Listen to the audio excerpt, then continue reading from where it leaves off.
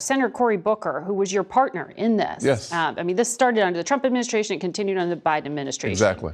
When Republicans in control went nowhere, Democrats in control, it's going nowhere. But both times, the folks that left the table were the Democrats. Let's just be clear that we have stayed at the table. The Justice Act provided clear direction to improve the quality of the experience for the communities at risk and the law enforcement officers who patrol those areas. So if you're still at the table, was the issue that you just couldn't deliver Republican votes? Absolutely for not. What Senator Absolutely Booker proposed to you with what he has described as this compromise? Once again, the fact is that last time around we gave them 20 amendments to change the bill in any way they wanted to. This time we said simply this: I am not going to participate in reducing funding for the police after we saw major city after major city defund the police.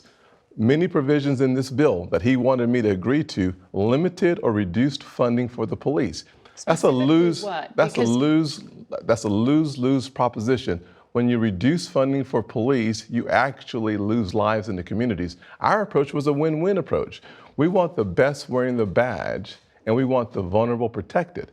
So when you tie funding losses in this legislation, you should expect an allergic reaction from me.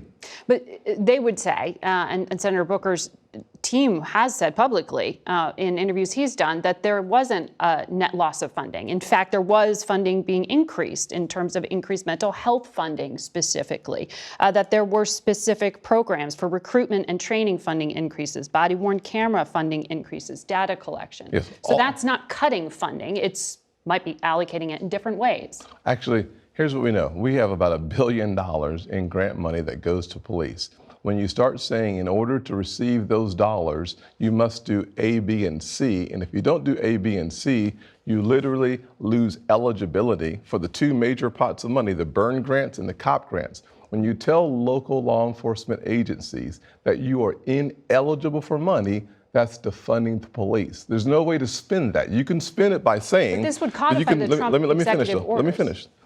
The Trump executive order, I actually agreed to. What I did not agree to was the cuts that come from non-compliance.